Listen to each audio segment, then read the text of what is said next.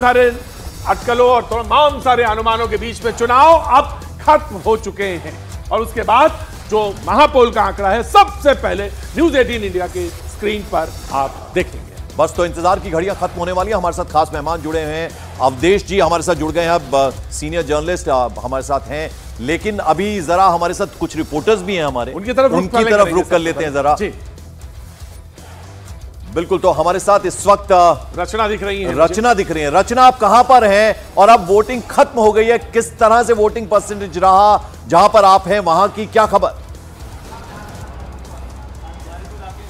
इस वक्त मैं पानीपत में हूं और पानीपत में अभी थोड़ी देर पहले यानी कि 2-3 मिनट पहले जो वोटिंग थी वो खत्म हो चुकी है और जिस सेंटर में हूं वहां से भी अब सब लोगों को बाहर निकाल दिया गया है, क्योंकि यहाँ पर जो भी लोग वोट करने आए थे वो वोट देकर जा चुके हैं। सिर्फ अब जो पोलिंग एजेंट्स हैं या जो पुलिस वाले हैं वो ही अंदर हैं, किसी को अंदर आने की मनाही है। और अगर वोटिंग परसेंटेज की बात की जाए तो 49.13% का जो आंकड़ा है वो यहाँ पर बताया जा रहा है कि यहाँ जो वोट है वो उसका आंकड़ा ये है। और साथ ही साथ जिस तरीके से उत्साह देखने के लिए मिला था वो उत्साह जो है वो शाम 4 बजे के बाद देखने के लिए मिला, लेकिन सुबह जिस तरीके की वोटिंग होनी चाहिए थी वो ना के बराबर थी।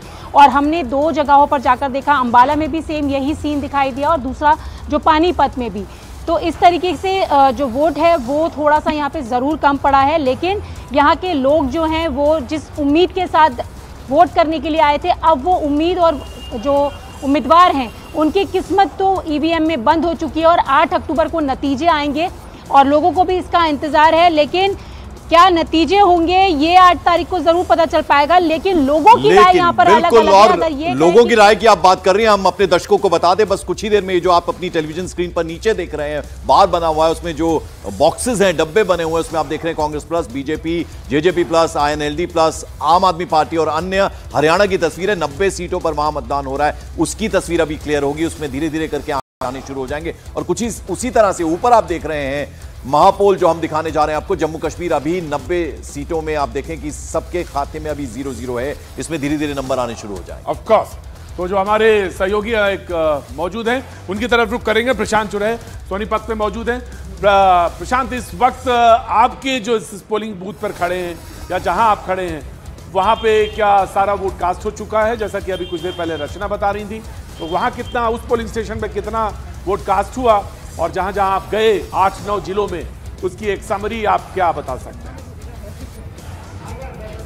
बिल्कुल तकरीबन 62% के आसपास तक का जो लिस्ट लेकर के बैठे हुए हैं यहाँ पर एजेंट्स और बाकी के लोग, उनसे एक अंदाजा है कि 62% के आसपास तक यहाँ पर मतदान हुआ है। लेकिन जब ये टोटल काउंटिंग होगी कि कितना मतदान हुआ है, ये आंकड़ा आगे बढ़ सकता है। लेकिन बहुत दिलचस्प बात ये एक समझ में आई है कि जहां जहां से होकर हम गुजरे हैं पूरे हरियाणा में, जो बागी हुए हैं उन्होंने समीकरण को डगमगाने की कोशिश की है और सबसे बड़ा आंकड़ा कांग्रेस के बागियों का है। और उसमें भी दिलचस्प बात यह है कि तकरीबन 8 से 10 ऐसे उम्मीदवार हैं जो इस जंग में बहुत अच्छी स्थिति में दिखाई दे रहे हैं और उन सबका दावा यह है कि वो हुड्डा के करीबी हैं। यानी कि कांग्रेस के ऐसे बागी जो चुनाव में खड़े हो गए टिकट ना मिलने पर, वो खुद को अब हुड्डा का करीबी बता रहे हैं और वो कह रहे हैं कि वो ये सीट जीत सकते हैं। ऐसे में सबसे अहम बात ये कि अगर दावा ये किया जा रहा है कि ज्यादातर टिकट्स तो हुड्डा ने डिस्ट्रीब्यूट किए हैं, तो बागी उनके जो हैं वो फिर आखिर हुड्डा के ही नजदीकी होने का दावा क्यों कर रहे हैं? क्या ये किसी रणनीति के तहत हुआ है? तमाम ऐसी अटकलें अब यहाँ बिल्कुल नीरज भी हमारे साथ है। नीरज, आप भी सोनीपत में है, क्या जो इस बार का वोटर था वोकल था या कुछ सीक्रेटिव था? किस तरह से आपने बातचीत की होगी तमाम वोटर से, हालांकि अब वोटिंग कंप्लीट हो चुकी है? देखिए पंकज, हरियाणा के वोटर बात तो खुल के करते हैं, लेकिन बार बार मैं ये बात कर रहा हूँ कि जिस हवा की, देखिए कांग्रेस मान के चल रही, या लगता है दिल्ली में कि 50-55 सीटें इस बार कांग्रेस पार्टी जीत जाएगी, वो जब आप हरियाणा में आते हैं तो यहाँ टक्कर कई सीटों पे दिखता है। जैसे मैं आपको एक उदाहरण देता हूँ जुलाना विधानसभा सीट का, वहाँ विनेश फोगाट है, मजबूत हैं, बिल्कुल उनकी एज जरूर है, लेकिन वहाँ 4 जाट समुदाय से उम्मीदवार है और उनके मुकाबले एक OBC उम्मीदवार है। जो जाट के उम्मीदवार हैं जो चारों, वो भी वोट काट, उनमें तो एक तो बहुत मजबूत है INLD से सुरेंद्र लाठर।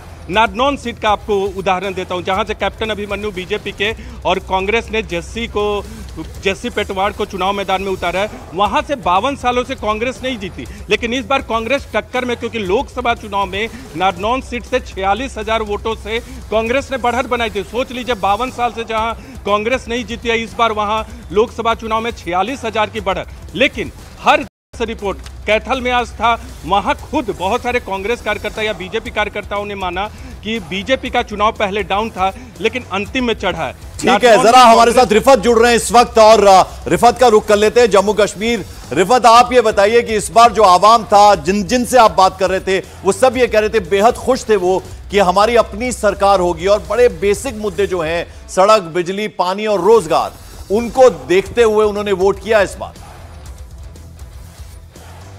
देखिए पंकज, सबकी नज़रें आज जम्मू कश्मीर पे होंगी कि क्या रहेगा एग्जिट पोल, क्योंकि 10 साल के बाद असेंबली इलेक्शंस हुए हैं और बड़े चेहरे भी मैदान में हैं। उमर अब्दुल्ला खुद इस बार 2 जगह से कॉन्टेस्ट कर रहे हैं। सजाद गनी लोन पीपल्स कॉन्फ्रेंस के चेयरमैन वो मैदान में है। हालांकि महबूबा मुफ्ती ने खुद कॉन्टेस्ट नहीं किया, लेकिन उनकी बेटी इल्तिजा मुफ्ती मैदान में, कई फॉर्मर कैबिनेट मिनिस्टर मैदान में हैं। तारिक हमीद कर्रा जो जम्मू कश्मीर प्रदेश कांग्रेस कमेटी के सदर हैं, वो भी चुनाव लड़ रहे हैं। तो अलग अलग जगहों पर बड़े बड़े जो फाइल्स रहे हैं पॉलिटिक्स में, वो मैदान में हैं और सबकी नज़रें इसी पे होंगी कि अगली सरकार किसकी होगी। बीजेपी ने भी दावा किया, एनसी ने भी दावा किया, पीडीपी भी दावा कर रही है कि वो किंग मेकर्स हो सकते हैं। हालांकि उन्होंने ये नहीं कहा कि वो किंग होंगे, लेकिन पीडीपी ने ये कहा कि वो किंग मेकर्स होंगे। तो कितनी सीट्स उनको मिलेंगी, और नेशनल कॉन्फ्रेंस और कांग्रेस की अलायंस पे सबको नजरें हैं कि कुल मिला के एग्जिट पोल में क्या आ जाएगा और कौन वाकई एग्जिट हो जाएगा, कौन इन हो जाएगा इस एग्जिट पोल से। तो ऐसे में अभी सबकी नजरें इसी पे हैं कि न्यूज़ 18 नेटवर्क का एग्जिट पोल कब आएगा, महा एग्जिट पोल कब आएगा, ताकि उनको पता चले कौन कहां पे सरकार बनाने जा रहा है, कौन कहां पे जीत रहा है। बहुत बहुत शुक्रिया रिफत भाई। मैं आता हूं आपके पास आता हूं। रचना, थोड़ा सी थकान सी लग रही, रचना के चेहरे से देख के लग रहा है। तो सुबह से उन्होंने काफी देर से वो यकीनन वो सुबह से होंगी रिपोर्टिंग पे। तो आप चमके हुए लग रहे हैं आज प्रतीक, आपको भी हम ऐसे ही देखते हैं। नहीं, मैं भी वहीं खड़ा रहता हूं, तो मुझे मालूम है खगेगी की भाषा, जानता हूं वहां की तकलीफ क्या होती है, लेकिन मैं जानता हूं वो सुख भी बहुत होता है। रचना, ये मैं जानना चाहता हूं कि आप रिपोर्ट कर रही हैं, काफी दिनों से हरियाणा कर रही हैं, कवर भी करती हैं, बीट भी है आपकी। मैं जानना चाहता हूं इस बार हरियाणा के चुनाव में खास क्या रहा, खूबी क्या रही, टिकट बंटवारे को लेकर क्या पार्टियों में आपस में खींचतान रही, और क्या जो चुनाव इस बार है उसमें इंडिपेंडेंट जो है, क्योंकि यह भी तो कहा जा सकता है कि बागी जो है, अगर कांग्रेस से बागी ज्यादा हुए हैं, जैसा कि कह रहे थे अभी प्रशांत चुड़े कह रहे थे कि कांग्रेस से ज्यादा बागी, तो यह भी तो कहा जा सकता है कि टिकट मांगने वाले इस बार कांग्रेस की तरफ ज्यादा थे, यह भी कहा जा सकता है। बिल्कुल प्रतीक, जिस तरीके से टिकटों की बात की जाए तो जाहिर सी बात है कि बागी वही है जिनको टिकट नहीं मिले, और अब ये जो बागी यानी कि जिनको निर्दलीय भी कहा जा रहा है, वो इस समीकरण को कितना बिगाड़ते हैं या संवारते हैं, किस पार्टी की तरफ वो जाएंगे, ये सबसे ज़्यादा मैटर करता है। 8 तारीख को जब नतीजे आएंगे और उनमें से जो बागी हुए हैं और निर्दलीय दल में खड़े हैं वो जीते हैं, उसके बाद क्या होता है, क्योंकि यहाँ पर जो लोगों से बात हुई, जगह जगह पर हमने गाँव में जाकर भी लोगों से बात की, तो लोगों की एक शिकायत ये भी थी कि उनका जो मन बदला है वो इसलिए कि वो जिसको चाहते थे टिकट नहीं मिल पाया, इसलिए वो दोनों ही पार्टियों में ना जाकर निर्दलियों के साथ यहाँ पर नजर आए। तो ये सबसे बड़ी चीज़ है। और जिस तरीके से प्रशांत भी कह रहे थे कि समीकरण जो है निर्दलीय बिगाड़ सकते हैं, तो ये एक फैक्टर ज़रूर यहाँ पर नजर आ रहा है कि निर्दलीय किसके साथ जाएंगे और किसको कितना ज़्यादा फायदा यहाँ पर पहुँचाएंगे। और पार्टियों की अगर हम फाइट की बात करें, जो कि लोगों का कहना है, जगह जगह पर हमने लोगों से जाकर बात की है, तो उनका भी यही कहना है कि यहाँ पर टफ फाइट है कांग्रेस और बीजेपी के बीच। कहीं कहीं पर त्रिकोणीय मुकाबला भी हमें देखने के लिए मिला, और इस तरीके की जो चीज़ें सामने आ रही है। अगर हम अंबाला कैंट सीट की बात करें, जहाँ पर बीजेपी से जो उम्मीदवार हैं अनिल विज है, दूसरी तरफ परविंदर सिंह परी है, उसके साथ ही चित्रा सरबाना, तो वहां पर चित्रा सरबाना ज्यादा स्ट्रॉन्ग लोगों को नजर आ रही है। हालांकि मैं आपको रोकना चाहूंगा, वापस लौटेंगे बस कुछ ही देर में, यानी केवल 15 मिनट बाद पहला आंकड़ा आपके सामने प्रस्तुत हम करेंगे, तो बस इंतजार कीजिए, वो लम्हा आने वाला है। ये जो 0-0 आप देख रहे हैं, हरियाणा और जम्मू कश्मीर का, 90 सीटें हरियाणा की और 90 सीटें जम्मू और कश्मीर की। बस कुछ ही देर में ये जो 0-0 है, इसमें नंबर्स आने शुरू हो जाएंगे। तो 15 मिनट बाद महापोल का पहला आंकड़ा आने वाला है। मैं तो बस अभी तक चुप हूं, इसलिए मैं चुप हो जाता हूं। मैं वो आंकड़ा देखना है मुझे। पहले आप एक काम करिए, तारुफ करा दीजिए सबसे। बिल्कुल, तो दो खास मेहमान हमारे साथ जुड़ गए हैं। उनमें अवधेश जी हमारे साथ हैं, अवधेश कुमार सीनियर जर्नलिस्ट है, अदिति टंडन हमारे साथ एक और सीनियर जर्नलिस्ट जुड़ गए। बहुत बहुत स्वागत आप दोनों का। सतीश जी तो पहले से हैं ही हमारे साथ। तो जरा अदिति अब आपसे शुरुआत कर लेते हैं। विवेक जी भी मौजूद है। जी बिल्कुल, विवेक हमारे साथ बाहर से हैं। विवेक के साथ पास भी हम जाएंगे, लेफ्ट लीडर हमारे साथ हैं। अदिति जरा ये बताएं, क्या देखती हैं आप इस बार जम्मू कश्मीर की? अगर हम बात करें, धारा 370 हटने के बाद ये पहली बार चुनाव होने जा रहा है। हालांकि जो आवाम है बेहद खुश कि हमें हमारे अपनी सरकार मिलेगी। हरियाणा की अगर हम बात करें तो एंटी इनकम्बेंसी कितना बड़ा फैक्टर है, बीजेपी को कितना नुकसान पहुंचा सकता है, किसान का मुद्दा, वो अग्निवीर का मुद्दा और साथ साथ और भी बहुत सारे ऐसे मुद्दे हैं। देखते हैं कि अदिति क्या बोलती है। जी जी, इनका रुख बताइए जरा। देखिए, मैं हरियाणा और कांग्रेस ने बहुत सारी गारंटीज दी। कांग्रेस गारंटीज दे रही है हिमाचल इलेक्शन ऑनवर्ड्स, और वहाँ उनको बेनिफिट्स भी मिले हैं, कर्नाटका में भी मिले हैं, तेलंगाना में भी मिले हैं। तो कांग्रेस की तरफ से तो गारंटीज़ का ही एक तरह से लिटमस टेस्ट है। जो भाजपा है उसके लिए सबसे बड़ा इम्पॉर्टेंट चीज़ है कि क्या वो फिर से एक प्रो इनकम्बेंसी का फैक्टर दिखा पाएंगे।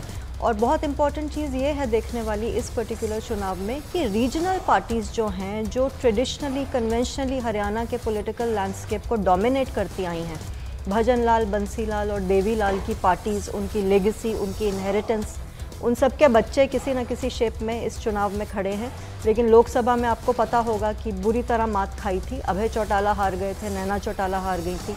तो ये चुनाव तीनों घटों के लिए बहुत इम्पॉर्टेंट है। बीजेपी के लिए इम्पॉर्टेंट इसलिए है क्योंकि पहला मेजर चुनाव है लोकसभा के बाद, पहला स्टेट है दोनों, JNK और हरियाणा। हरियाणा नॉर्दर्न इंडिया का बहुत सिग्निफिकेंट स्टेट है, पूरी हमारी हिंदी बेल्ट का इम्पॉर्टेंट स्टेट है। तो वहाँ लोकसभा चुनाव के बाद पहला अहम स्टेट चुनाव है, इसलिए इम्पॉर्टेंट है। मोदी जी की पर्सनल इमेज के लिए इम्पॉर्टेंट है, क्योंकि आपको याद होगा कि लोकसभा चुनाव में जब उन्होंने सबसे पहले अपना ब्यूगल बजाया था तो हरियाणा से ही बजाया था, आपको याद होगा। बिल्कुल 2014 में इफ़ आई एम करेक्ट वो रैली शायद रेवाड़ी में हुई थी, और VK सिंह उसमें बहुत प्रोमिनेंट भूमिका में थे। अब वो भी नहीं है। और दूसरा, कांग्रेस के लिए इम्पोर्टेंट इसलिए है क्योंकि उनको ये विनिंग स्ट्रीक तोड़नी है भाजपा की, इससे इम्पोर्टेंट है। अदिति, चूंकि ब्रेक लेना है, जरा फौरन अगर आप हमें जम्मू कश्मीर की कुछ एक पिक्चर दिखाने की कोशिश करें। देखिए, जम्मू कश्मीर का चुनाव बहुत ही अहम मुझे लगता है इस बार, न सिर्फ इसलिए क्योंकि आर्टिकल 370 के बाद ये पहला चुनाव है एब्रोगेशन के बाद, पर इसलिए भी क्योंकि ऐसा लग रहा है कि कांग्रेस पार्टी जो एक डोमिनेंट फोर्स जम्मू में थी, उन्होंने पूरा का पूरा लैंडस्केप भाजपा को सौंप दिया। वहाँ पर बहुत अच्छे तरह से ये लोग शुरू हुए, लेकिन जब जैसे जैसे चुनाव आगे बढ़ा, कैंपेन सिर चढ़ा, हमने देखा कि राहुल गांधी की एक ही रैली। अदिति, मजबूरी हमारी, ब्रेक लेना बहुत जरूरी है। वापस इस चर्चा को बढ़ाएंगे। अवधेश जी भी हमारे साथ हैं, सतीश जी भी हमारे साथ हैं और विवेक श्रीवास्तव भी हमारे साथ हैं, उनके पास भी जाएंगे। एक छोटा सा ब्रेक ले रहे हैं, बस इंतजार कीजिए, कुछ ही पल बाकी हैं जब आपको हम पहला आंकड़ा देंगे।